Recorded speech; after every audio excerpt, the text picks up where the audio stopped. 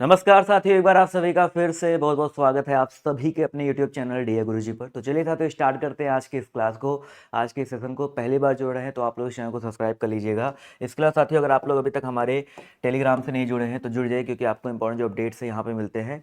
Class का time table हो गया और जो इंपॉर्टेंट अपडेट है आपको व्हाट्सएप पे मिलते हैं, तो आप इस पर एक मैसेज करके वो सब कुछ भी जो है प्राप्त कर सकते हैं। इसके अलावा साथियों, इंस्टाग्राम पे फॉलो कर लीजिए, वहाँ पर भी मैं आपको छोटे छोटे वीडियोस के माध्यम से बहुत सारे अपडेट जो है देता रहता हूँ। इसके अलावा मैंने आपको बताया था साथियों, अगर आप लोग चाहे बीएड की तैयारी कर रहे हो, चाहे डीएड की तैयारी कर रहे हो, या टीचिंग से रिलेटेड किसी भी एग्जाम की तैयारी कर रहे हो, तो आप लोग जो है हमसे जुड़ सकते हैं। यहाँ पर आपको सारे अपडेट और सारी जो तैयारी आपको यहाँ पर देखने को मिलती रहेगी। तो चलिए स्टार्ट करते हैं। इसके अलावा मैंने आपको बताया था, अगर आप साथियों बीएड की तैयारी कर रहे हैं तो नया बैच जो है लॉन्च हो चुका है।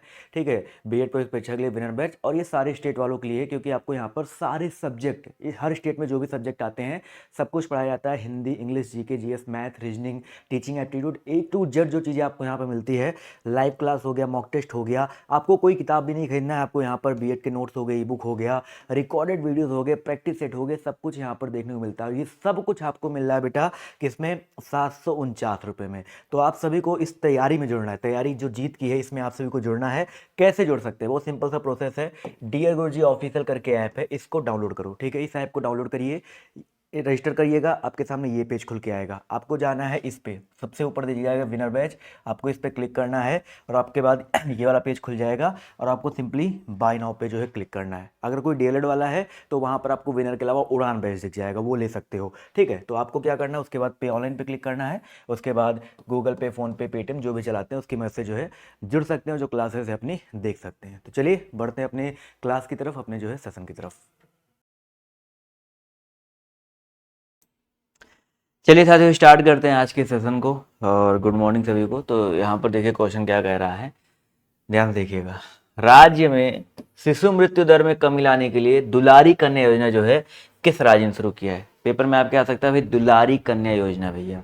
ठीक है, किस राज्य ने जो इसको शुरू किया है? फटाफट जवाब जो देते हुए चलेंगे। आपके यहाँ पर अरुणाचल प्रदेश है, राजस्थान है, उत्तर प्रदेश है, या आपका एमपी दिया गया है। तो अगर हम बात करते हुए यहाँ पर शिशु मृत्यु दर में कमी लाने के लिए जो है ये जो योजना है, दुलारी योजना जो है, इसको स्टार्ट किया किसने भाई?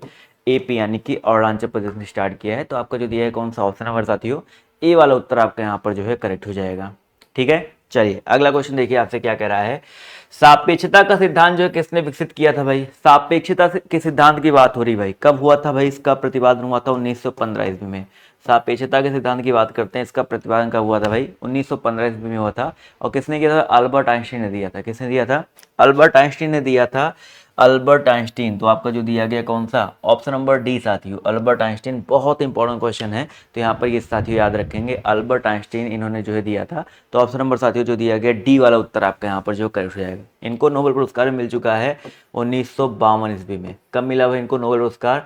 1952 ईस्वी में जो है नोबेल पुरस्कार मिला है। और इसी सापेक्षता के सिद्धांत को आप प्रतिपादन करने के लिए इनको नोबेल पुरस्कार मिला था। तो आपका डी वाला उत्तर आपका यहाँ पर जो है करेक्ट हो जाएगा। ठीक है, अगला क्वेश्चन देखिए क्या कह रहा है। क्वींसबरी नियम एक नियम संग्रह है जो निम्नलिखित में से किस खेल पर सीधा प्रभाव डालता भाई? क्वींसबरी नियम। ठीक है, फटाफट बताते हुए चलेंगे। एक क्या है बेटा? एक जो है नियम संग्रह है जो निम्नलिखित में से किस खेल पर जो है सीधा प्रभाव डालता है? क्वींसबरी नियम। ठीक है, ये चीज याद रखिएगा।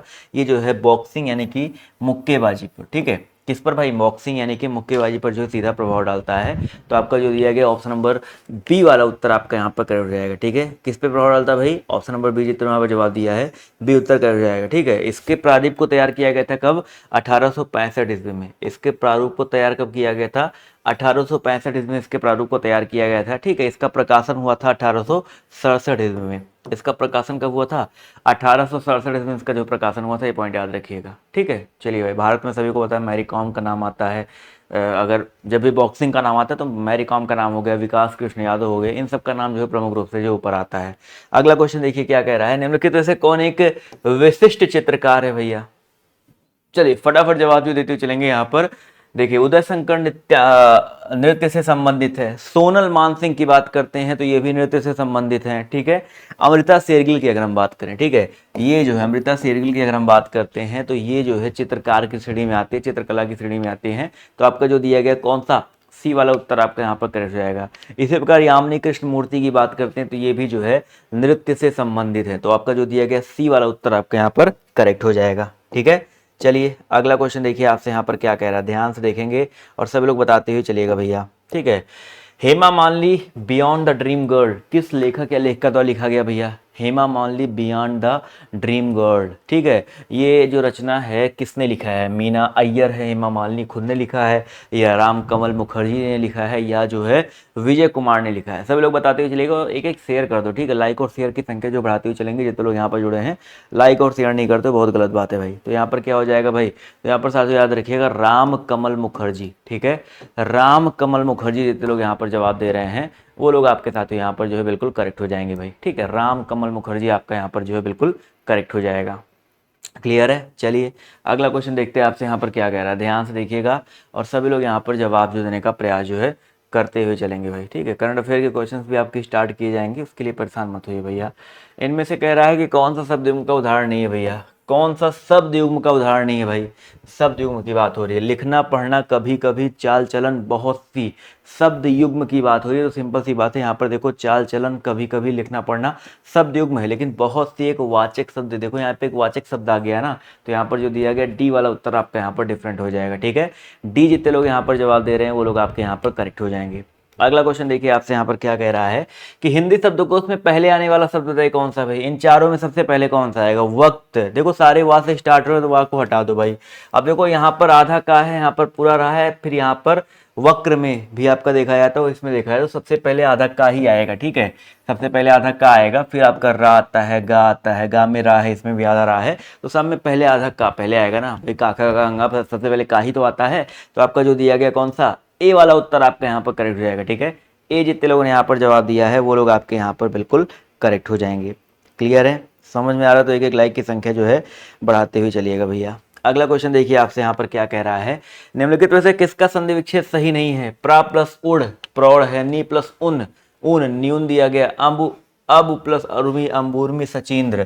तो यहाँ पर शुद्ध रूप में कौन सा नहीं दिया गया? तो मेरे हिसाब से यहाँ पर देखिए अब प्लस उर्मी दिया गया, अम्बुर्मी दिया गया, अम्बु होना चाहिए था, अम्बु प्लस उर्मी, अंक बिंदी यहाँ पर नहीं लगा है। तो देखा जाए तो आपका सी वाला उत्तर आपका यहाँ पर गलत हो जाएगा। ठीक है, सी जितने लोगों ने यहाँ पर जवाब दिया है वो लोग आपके यहाँ पर जो बिल्कुल करेक्ट हो जाएंगे। क्लियर है? चलिए अगला क्वेश्चन देखिए आपसे क्या कह रहा है, किस शब्द में ला प्रत्यय के रूप में नहीं आया भैया? ला जो है किस में प्रत्यय के रूप में नहीं भैया? कुशल, मृदुल, विमल, रोमल। तो यहाँ पर अगर देखा तो किसमें ला प्रत्यय के रूप में जो है नहीं आया है? 79 सभी लोग बताते हुए चलिएगा। तो यहाँ पर मेरे हिसाब से क्वेश्चन थोड़ा गलत पूछा गया। यहाँ पर पूछा गया था कि ला प्रत्यय के रूप में किसमें आया है, क्योंकि कुशल में, विमल में, रोमल में ये मूल वर्ड ही है, इसमें ला नहीं है। और मृदुल में देखा है तो मृदु प्लस ला यहाँ पर दिया गया, तो इसमें जो है ला प्रत्यय के रूप में आया है। तो इसको थोड़ा करेक्ट कर लीजिएगा, उल्टा थोड़ा क्वेश्चन यहाँ पर से गलत लिखा गया है, ला प्रत्यय के रूप में किसमें आया है ये आपसे पूछा जाना चाहिए था। ठीक है, अगला क्वेश्चन देखिए क्या कह रहा है, निम्नलिखित में से दंतव्य वर्ड कौन सा हो जाएगा भैया? दंतव्य वर्ड कौन सा है भाई?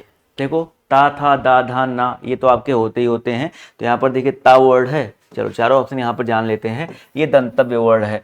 ता आपका मूर्धा होता है, चा आपका तालव्य होता है, ऊ आपका ओष्ठ्य होता है। तो बचा कौन सा भाई? सी वाला उत्तर। ता जो दिया गया आपका यहाँ पर कर जाएगा, ता था दा धा ना, ये आपके दंतव्य वर्डों की श्रेणी में आते हैं। ठीक है, क्लियर है? चलिए अगला क्वेश्चन देखिए आपसे क्या कह रहा है, तत्सम शब्द का चयन करो भैया। ऊट है, काठ है, दुग्ध है। तत्सम शब्द क्या होते हैं? ऐसे शब्द जो सीधे संस्कृत से उठ करके हिंदी में आ जाते हैं बिना किसी परिवर्तन के, वो आपके क्या कहलाते हैं? तत्सम शब्द कहलाते हैं। अब यहाँ पर बात करते हैं किसके बारे में? दुग्ध के बारे में। देखो संस्कृत से हिंदी में सीधे अगर दुग्ध का यूज कर रहे हो, देखो दूध ना बोल करके दुग्ध बोल रहे हो, तो ये तत्सम शब्द हो जाएगा। दूध अगर बोलो तो आपका तद्भव हो जाएगा। दूध क्या होता है बेटा? आपका तद्भव होता है। इसी प्रकार काठ के स्थान पे काष्ठ बोलो तो आपका वो तत्सम हो जाएगा, काठ आपका तद्भव है। ठीक है, काम को अगर कार्य बोलो, कार्य आपका तत्सम है, काम आपका तद्भव है। ऊट के स्थान पे उष्ट्र बोलो तो उष्ट्र उष्ट्र होता है, उट्र नहीं होता है, तो ये भी आपका जो है तद्भव है, वो उसका तत्सम हो जाता है। ठीक है, चलिए अगला क्वेश्चन देखिए आपसे यहाँ पर क्या कह रहा है, ज्ञा को वर्णमाला में माना जाता है भैया। ज्ञा कैसी ध्वनि भाई? ज्ञा की बात करते हैं। ज्ञा, ज्ञा मिलके बना है आधा ज्या प्लस इया से मिलकर के बना है, यानी कि क्या है भैया? संयुक्त व्यंजन है। पूरे हिंदी वर्णमाला में अगर व्यंजनों की बात करते हैं तो 4 आपके संयुक्त व्यंजन आते हैं। कितने संयुक्त व्यंजन आते हैं भाई?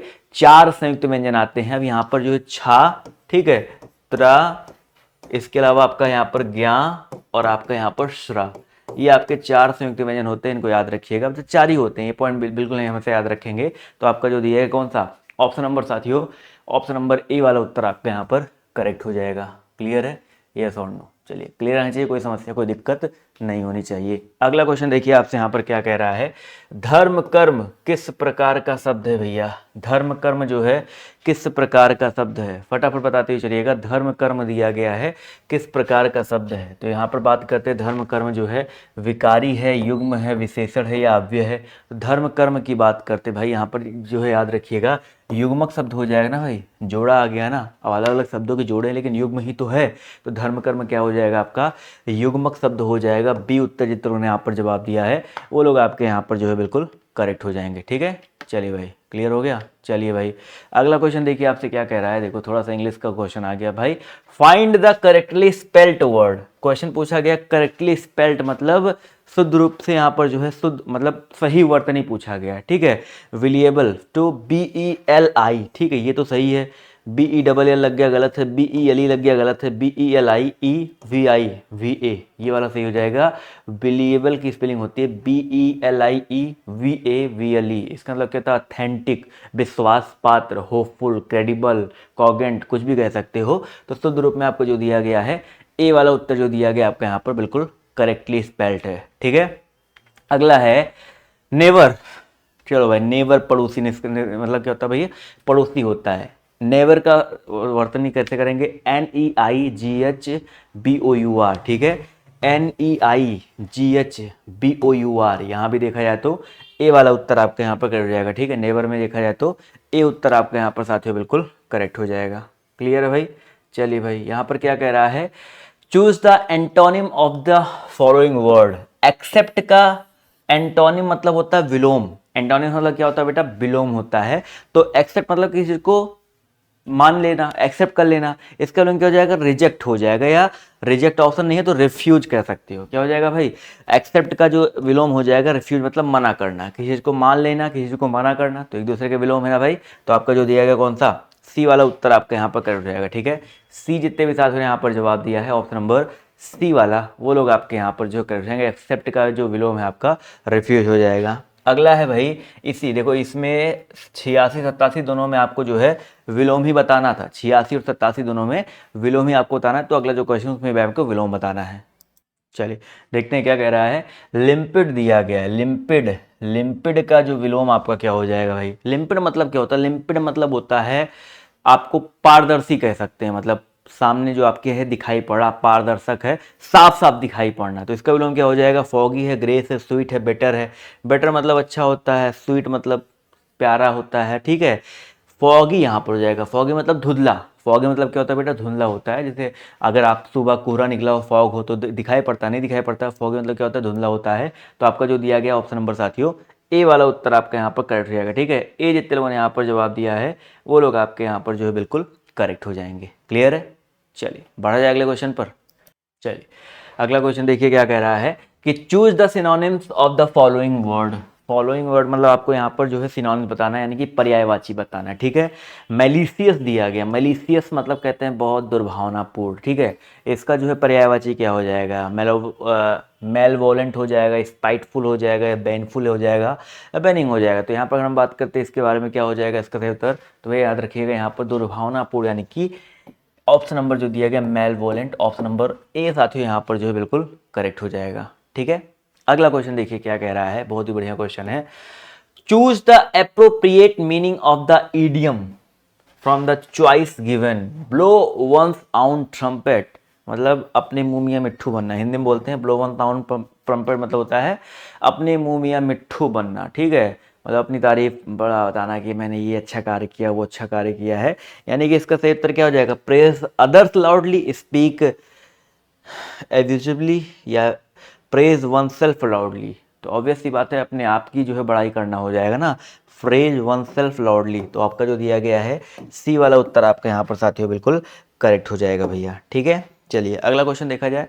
अगला क्वेश्चन देखिए क्या कह रहा है, चूज द कर, वही सेम चीज़ है, वन वर्ड वाला है। Job without any money is called, मतलब ऐसी जॉब करना जिसमें आपको पैसा ना मिले। ठीक है, बिना पैसे के लिए काम करना क्या कहलाता है, बताते हुए चलेंगे भाई। इसका सही उत्तर क्या हो जाएगा, ऑनरी कहलाता है। ठीक है, ऑनरी कहलाता है। तो आपका जो दिया गया है बी वाला उत्तर। ठीक है, बी जितने लोगों ने यहाँ पर जवाब दिया बच्चा वो लोग आपके यहाँ पर जो है बिल्कुल करेक्ट हो जाएंगे। क्लियर है भाई? चलिए भाई, तो ये रहे आज के कुछ महत्वपूर्ण प्रश्न। क्लास आप सभी को कैसे लगी कमेंट करके जो जरूर बताइएगा। ठीक है, आप लोग हमारे टेलीग्राम पे जुड़ सकते हैं, इंस्टाग्राम पे जुड़ सकते हैं, और बैच में नहीं जुड़े तो वहाँ पर भी जुड़ने का प्रयास कीजिए। तो अभी के लिए बाय बाय, टेक केयर, जय हिंद, जय भारत। धन्यवाद सेशन में जुड़ने के लिए।